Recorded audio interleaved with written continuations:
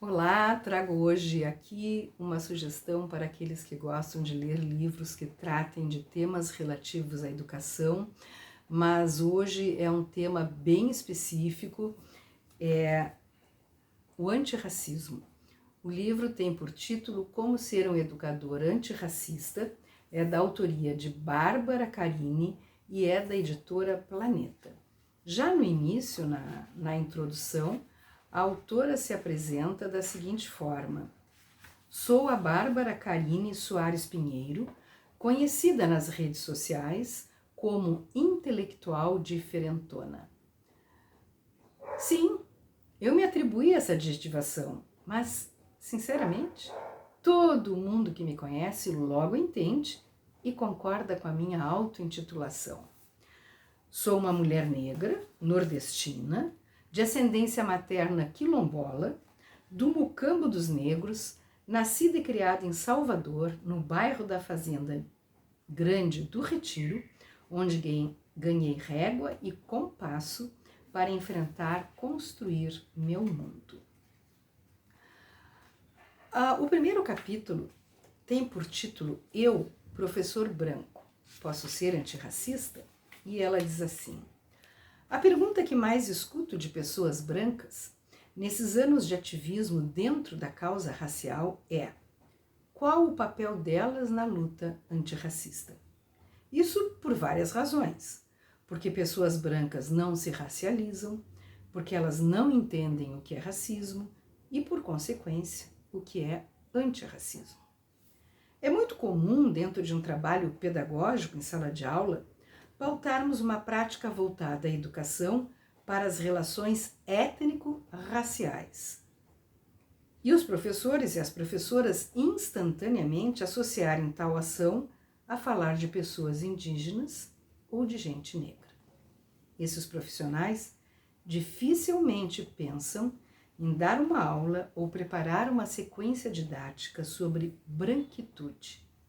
Não pensam em abordar, por exemplo, a história da ciência apresentando os maiores nomes de cientistas conhecidos no Ocidente, problematizando o fato de serem todos homens brancos e explicando que isso não é por conta de algum atributo genético de genialidade reservado a eles, mas sim fruto de uma construção social racista e patriarcal que os privilegia. Bem, o que ela diz sobre branquitude mais adiante? O termo branquitude não se refere às pessoas em suas singularidades. Trata-se de uma categoria social que se refere a um lugar de vantagens simbólicas, subjetivas e materiais disponíveis para as pessoas identificadas como brancas em uma sociedade onde o racismo é estrutural. Essa identificação no Brasil é fenotípica, ou seja, se dá pela estética e não pela constituição genética. Em determinado momento, ela também diz que, historicamente, o conceito de raça surgiu na modernidade europeia como um importante marcador de hierarquização humana que possibilitou distinção entre as pessoas a fim de categorizá-las e classificá-las hierarquicamente do ponto de vista estético. Era uma lógica supremacista. Se eu diminuo o outro e faço com que ele acredite nisso, eu o domino. E aí nós podemos ver a questão que ela vai apresentar sobre a escravidão. Ela diz assim, que a escravidão ela não é uma prática recente.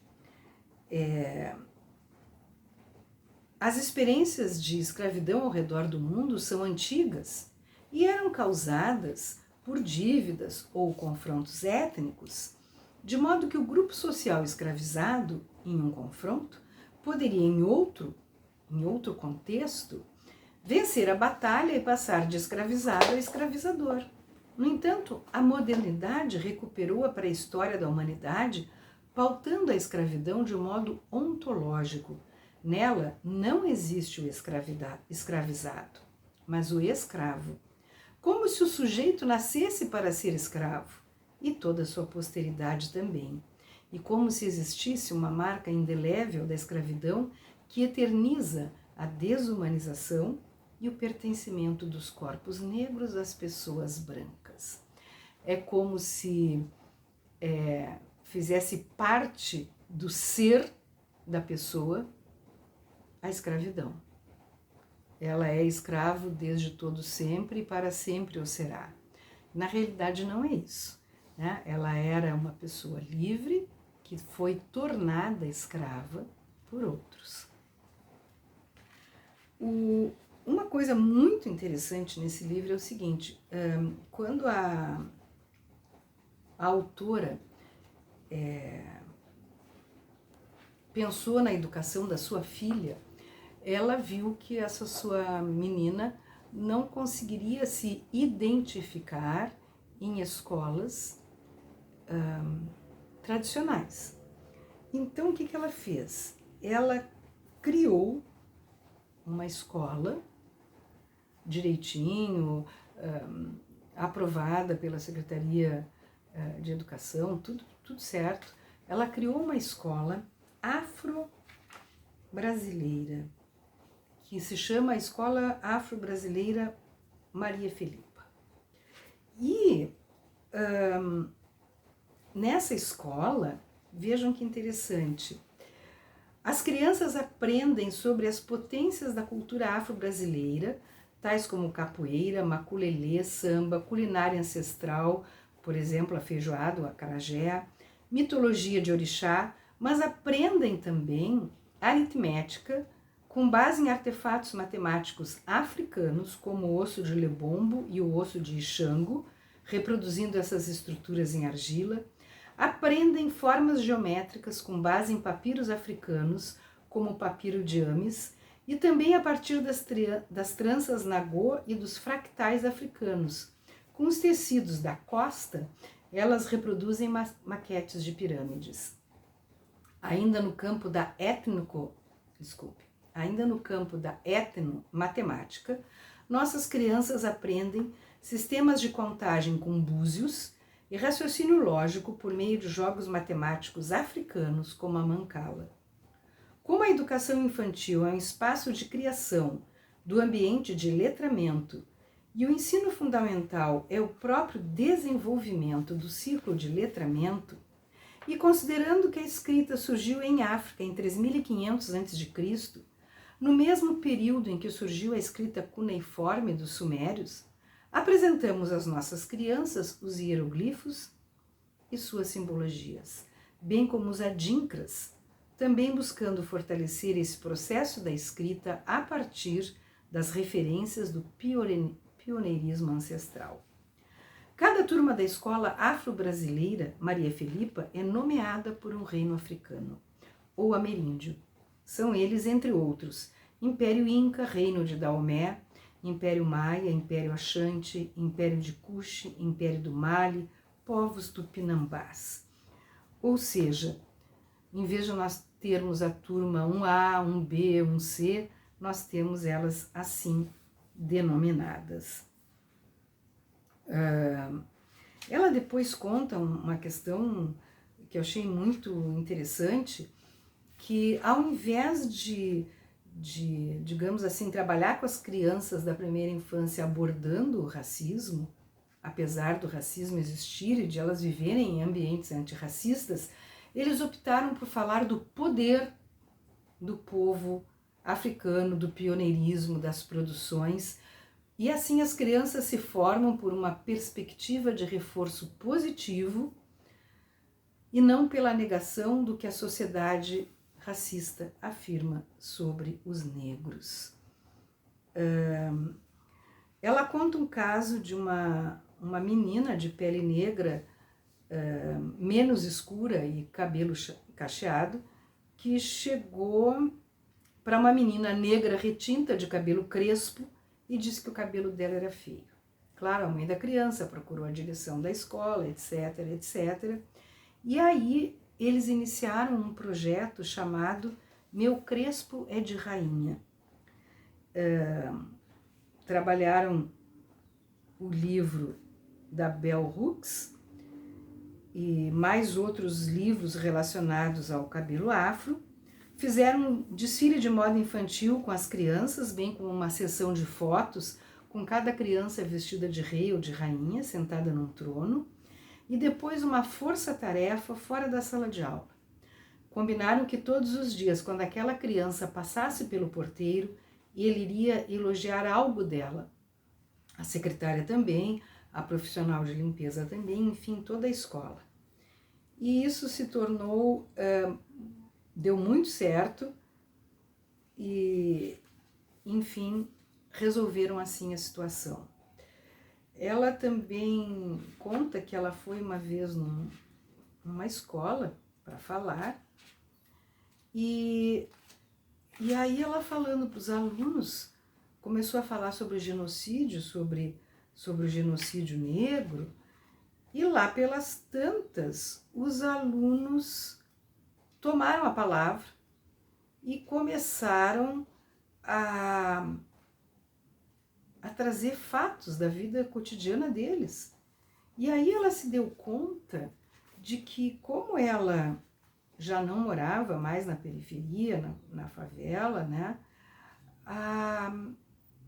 o que ela tinha para contar era quase nada frente ao que eles tinham para contar.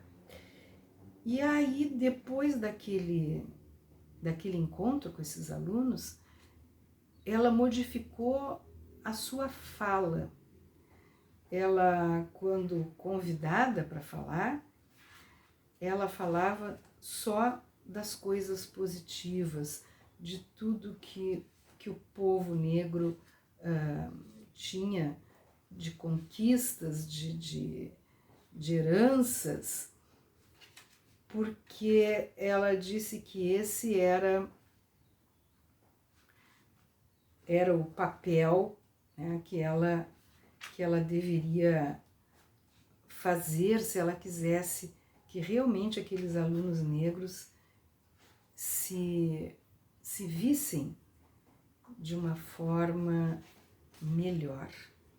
Eu estou tentando encontrar aqui o trecho em que isso está, embora tenha marcado aqui os trechos que eu gostaria de falar. É tanta coisa que está aqui marcada que eu já não me acho mais, né? Mas eu achei muito, muito interessante essa mudança de foco, né? Não falar do negativo, mas apresentar o positivo, né? Reforçar o positivo. No final do livro, ela vai falar sobre as cotas e ela vai dizer o seguinte, que existe um discurso recorrente no meio educacional, quando o assunto é a cota racial, que é a melhoria da escola básica. Quer dizer, ao invés de darmos as cotas raciais, quem sabe a gente melhora a escola básica e assim não precisa ter as cotas. E ela disse que isso não são coisas excludentes, que nesse entendimento ou se implementam as cotas ou se melhora a escola básica, né? E aí diz ela, em algum momento alguém pouco perspicaz ou mal intencionado, ou os dois, criou esse argumento de que é contra as cotas porque prefere pautar a melhoria na escola básica. E aí ela diz assim, cotas raciais são políticas de ações afirmativas, e ações afirmativas são políticas sociais voltadas para a reparação histórica de grupos socialmente destituídos de direitos em razão de suas características coletivas. Pessoas negras, pessoas trans, mulheres, indígenas, quilombolas e pessoas com deficiência são grupos sociais que têm pautado de longa data a sua participação nos espaços de poder a partir das políticas de cotas. A cota é um importante mecanismo de equidade social. É sobre encurtar o caminho de quem precisa percorrer 2, 3 vezes mais o percurso de quem tem todas as condições de subsistência garantida. Cotas são mecanismos políticos de reparação histórica e não uma esmola. É um livro muito interessante e traz muitas ideias que precisam ser seriamente refletidas. Então fica aqui a sugestão: Como Ser um Educador Antirracista, da autoria de Bárbara Carini, editora Planeta.